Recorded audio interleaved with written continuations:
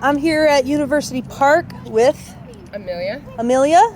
And Amelia has a story to share. What is your story related to being houseless? Last year I had relocated back to Phoenix, and I was staying with a friend, and during that time period I became homeless and went into a shelter. It's kind of like, it was one of my first time actually being like homeless and staying in a shelter in that circumstance, and like navigating the system, which is a relentless cycle of circles that you get told to call this person, who in return tells you to call that same person back. I've heard similar stories. So please continue. And at that time when I first became homeless, I went to Family Promise, which is a shelter the east side of Phoenix in Scottsdale area. At that time, when I first went in there, it kind of had an inviting appeal to it. When you walked in, it was a clean place, you could say. And, you know, they had the director, once you get in and you start signing the paperwork, that's when you start realizing, like, what you've gotten yourself into, you know. Getting into the shelter, and you yes. start looking at, they give you a bunch of paperwork? Yes, so you're given a bunch of paperwork, contracts that you're supposed to sign for to seek job, employment, sign your kids up. That was one of the issues as well that I had, was that my daughter and my son had been completely virtual learning. And at that time, they demanded that I put my daughter into school or I had to leave their premises. Oh, your kids have been virtual learning because of COVID. Yes. And because they're young enough, it's been like that for their whole lives, right? Yeah, and then my oldest daughter as well, you know, so I was like, you know, and she's in high school and she's kind of like got, you know, like the parameters of teenagehood with emotional and getting into social groups. You know, to start her at April, that was like a month-ish left of school. Like, how was I going to take her for her to lose her credits and force her to go into a whole school when she's, you know, and my daughter was like, Mom, I can't do that. Like, that's not good for my emotional well-being. And I had this director, like, pretty much telling me, well, she needs to chuck it up. But no. Like, my daughter's been my only backbone that is kind of, like, you know, stood behind me through everything. So if I don't validate her, who's going to? Basically tough shit. That's what he said. You know? I'm glad you fucking have a voice for your daughter. What happened? So at that point, he was, that kind of started, like, the verge of everything, like, of upsetness and turmoil between us. You know, at that point, I realized, like, for me advocating for myself and my daughter, that was going to lead to him kind of being upset.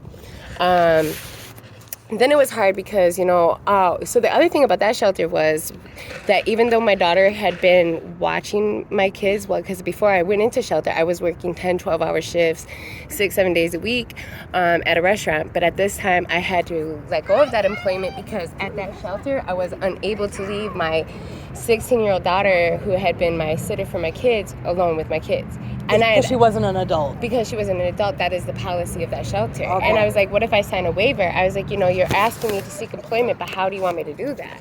Like, I couldn't even leave her there. Like, for example, like, say if I would have gotten a job and put my other kids in daycare and school, my 16-year-old would not have been able to stay there to attend virtual school by herself. So I lost like a whole 30, 45 days of time. Not only that, when I was there, it's a mixed apartment type thing. You have another family that will share like a room with you, like shares the apartment, which could be a single father, a single couple, or a couple. So it's a shared apartment. It's like a shared space. It comes with it's two rooms, it's a shared bunk rooms. room.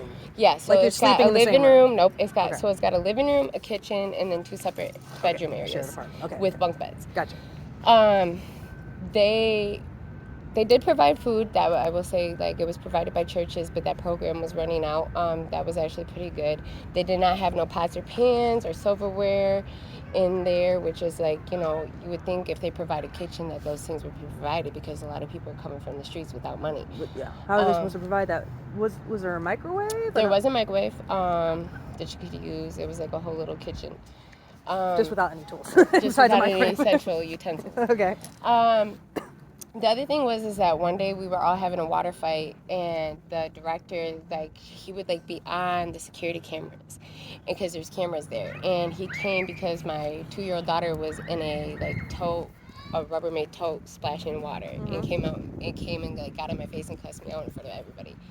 For why? Why? What was wrong about He told me that I was not supervising my child, that she needed to be in my direct eye sight. I even have like the emails, and he sent me the pictures. And then like this maintenance man, he would stay there and he'd be like, well, these fucking kids need to be quiet until after 3 p.m. There should be no fucking noise.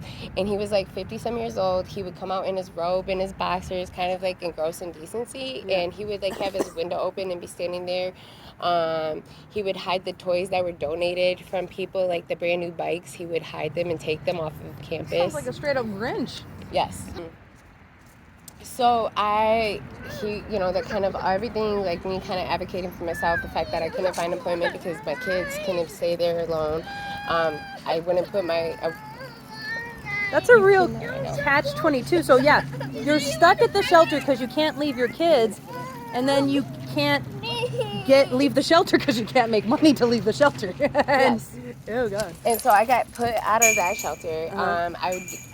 I had to call back the Red Door, the Family Housing Hub, which is like the central hub to kind of give you a point of direction to go when you're homeless. They're supposed to be like the quote-unquote resources. I forgot. Okay, so yeah, it was a catch-22 that you're stuck in. And from that point, I called Phoenix Rescue Mission had came to talk to me, and they kind of were sympathetic of my situation, but they were pressing. The Phoenix Rescue Mission? Yes. I recently came into contact with them. Yes, I was speaking with this lady over there, and the big thing was, they couldn't understand the employment piece, but I was trying to explain to them, like, how do you want me to go search for employment if I can't leave my kids here? But my daughter is well capable, even per state law. You know what I'm saying? Like, you guys are. Is it 16 per state law? It's actually a lot younger. It's like 12 even. Oh, really? 11. It's per what you feel comfortable with, and especially if you have a means of communication. She's depends on the child, etc. Yes. Yeah. But that was my biggest thing, is that these people want you to empower yourselves and do things, but at the same time, they're putting policy. This has happened a lot in situations like this, where basically there's a policy, there's red tape, and there is no budging around it. There is literally no budging around it. And I understand that things are put in place, and I was sympathetic of that. And I told him, but what if I'm willing to sign a waiver? You know what I'm saying? Like, I'm trying to compromise. Like, work with me. I was like, because you want me to emotionally damage my child and do something that I can't undo. And when I leave here 30 days from now, I'm going to have upset a whole family environment. And that's what you're not understanding is, they're not supportive of family environments. They don't understand the routines that have been put in place, or what the tragic or the trauma. They're not addressing the trauma and different things, the situations that have gotten the family into that place. So if you're not addressing the issues, then you're not even going to help to fix them. It sounds like the people that get caught up in these probably low-paying positions at these places that are trying to line their pockets are just not even willing to do any kind of work like that. No, it's pretty much, it's by code and it's by book. So it's like, I'm just a number to you at this end. Like, it's like a fiscal year. Like, we have to put you in, and it's a rotation. It's a rotation. It doesn't matter as long as they're filling beds to get their money. Their quota, their fucking money for each fucking head. Yeah, that's how that matters. You know what I'm saying? And that's what I've seen, is why it's such a fast turn around cycle in their places, because they don't count people to come in there in or of the right mind like that. They count people to come in there vulnerable and desperate and desolate, in or on drugs or coming off of drugs, so that way they can take advantage of their 100%. Vulnerability and their desperation. Yeah, you seem to know a lot. A lot of people know nothing. And that's the thing, is that I do community advocacy and activism work, and I've done a lot of things with nonprofits in Arizona. Okay. So it's kind of an interesting perspective, like, where being on the inside. Yes, it's like, I may not always find myself where I want to be, but I always find myself exactly where I need to be. Because imagine if I wouldn't come into these spaces, I wouldn't be able to put a voice and a perspective and really highlight some of these issues that they're not being transparent about. They're not. They want to sit here and act like to public funders that they're doing such a great job, and they can stand next to a $32 million check, but I promise you that these CEOs and these directors are not standing behind the people in these groups and behind these doors. So when I moved from Family Promise, I went to UMOM. At that point, I really discovered how low and down and dirty shelters can really be, and how much of a disservice they are actually to the people. When I was in the UMOM shelter, I came across being stalked, to almost being raped. I had to sleep with a security bar in my window. I had to sleep with things in front of my door. I got ringworm from the washers.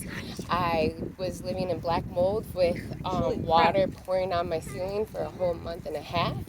I actually sat the CEO down of the shelter and asked him if he was aware of all the behind the scenes things taking place in the shelter that he was, there to represent.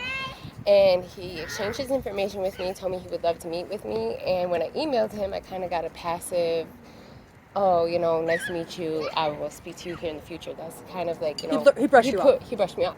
And it was interesting as I had asked him if he was aware of all the behind the scenes things, that at the end of his page of his email, it said, please take a behind the scenes virtual tour to see where your funding is going.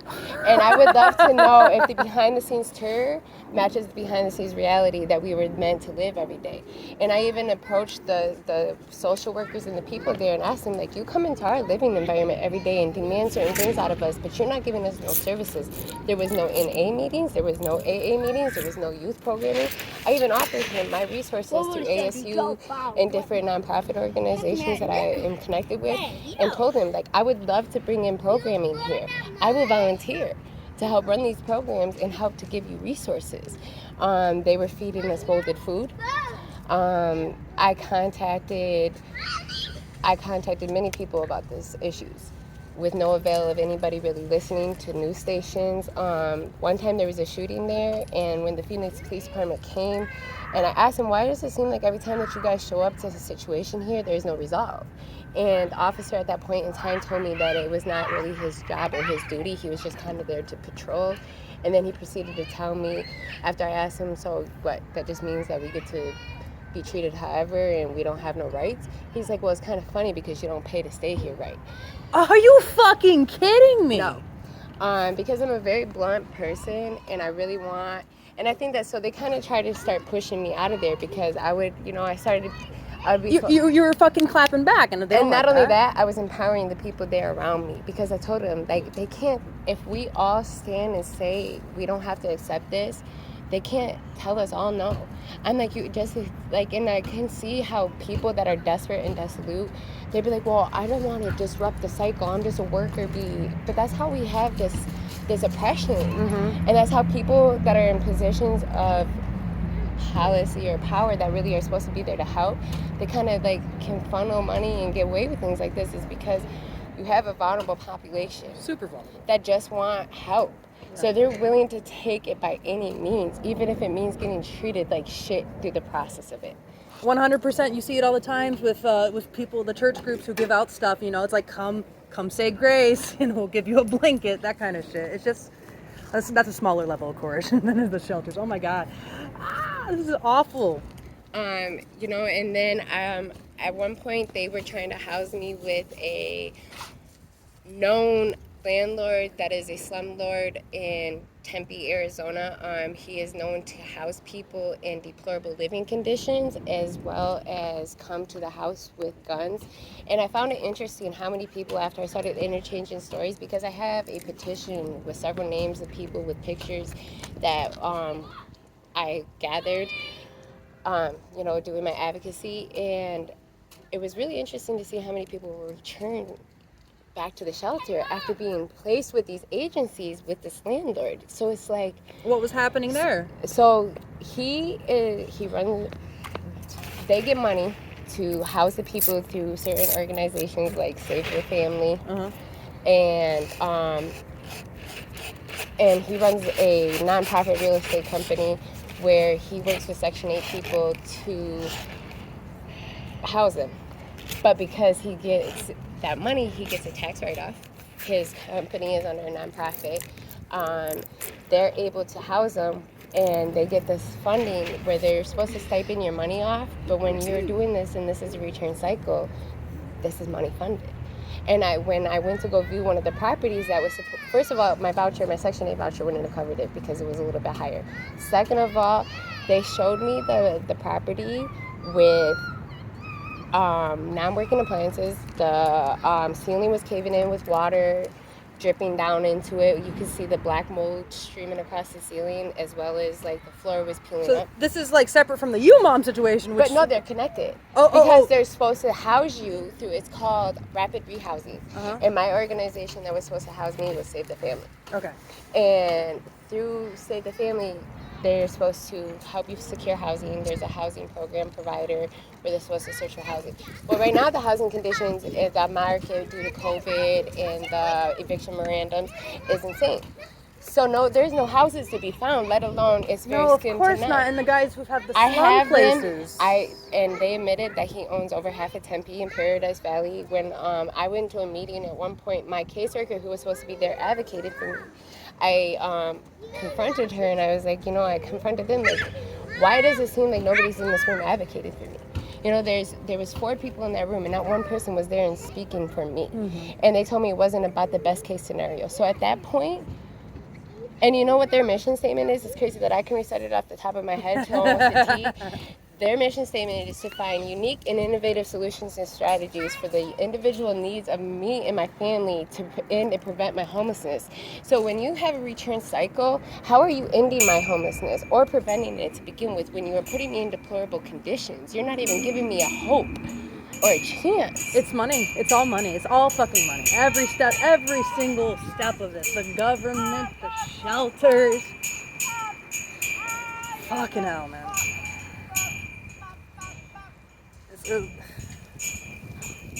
You mentioned you actually have proof of all these conditions and you talk to reporters and they still don't care. No. There's no money in that story, is there? There is no money in this story. It takes money. It would take away from their integrity. It would take away from them actually being held accountable. So I would like to put together some type of bill or an act to, like, who do you call when the help can't help you? Who holds these people in public policy and positions of authority accountable? Who did we used to go to before that shit existed? To the neighborhood. To each other, right? Yeah. But because there's such a lack of community, because they've tore us apart. They've torn us apart. They know that. Yeah. They know that. So now that they know that they have us in a fucked position where they can just take advantage of us. But that's why we need more people that are going to stand up and speak and take a stand, because it's about what's just is right. Because if you take a stand with the injustice, you've chosen the side of the oppressor. 100%. That's right. And that's an insane part to me, and I don't understand how these people can say that they are there to help, and then I ask my case, when you're speaking to somebody, like, maybe it doesn't have to be completely personal. I don't need to know every personal thing that you've been through in life, but at least making it personable enough that you're giving me some type of like compassion. Yeah, it's like it's so clinical. A connection. Yeah. You know what I mean? Like make me feel like you actually give a shit. That's actually, I'm going through a social worker education right now. I'm getting my social work degree. I'm halfway through it, and I've noticed throughout my studies how clinical and detached and nasty it gets. Even in school, where I can take away people's, like, when eventually I have social worker power, I can take away people's rights and stuff. It's scary. And this is a system we're all upholding. Yeah. And it's like, where do we start to decipher that and really say enough is enough and really draw a line? Because at that point, are we slowly giving, like, how much are we slowly giving our freedoms and our rights away without even being cognitive of it? We're not. We're not cognitive and aware that we are slowly just allowing these people to treat us like this. You think that one day it can't be the next person? If you fall susceptible to a situation that puts you in the other foot? It can happen to me, it can happen to you, it can happen to anybody. And there's no transparency, and the reality of it is that people are so disconnected. It's so easy to just not give a shit now. It is, and honestly, and it's so fucking hard because we're working 2-3 jobs. You got 3 or 4 kids, you got all this shit, and you can't pay rent, and then you go home bone fucking tired. Tired as shit. And tired and fed up, but I'm a single mom of 5, and I'm out here really trying to make an impact and difference. Like, I know that I stand to make an impact in at least 5 lives, and I can plant the seeds of their lives to go and stand to make an impact on other people's lives. Hell yeah. And I'm just trying to be a decent human and teach my kids human decency, and that's all I can do. I'm not a perfect person. I have one hell of a story, and I have a background. but I'm not here to show up on anything than who I am, authentically and transparently. And unlike other people, I'm not scared to admit where I've been, because I promise you that's been the perspective to get me to where I am now. And Those are some wise words. I hope by sharing my story that it can inspire people to speak their truth, because so long I was scared to really let my light shine, but then I had to discover that I don't have to shrink myself to fit into other people's molds no more. Hell yeah. And if my light reflects onto somebody else something that they don't want, that's not my fault. That my light reflects truth upon them, and that they have to reflect upon themselves what they're doing. And maybe they should check how their truth plays a role in my life. Yeah, if they're looking at your light and they have to turn away, they need to self-reflect. That's for sure. Hell yeah. Fuck, man.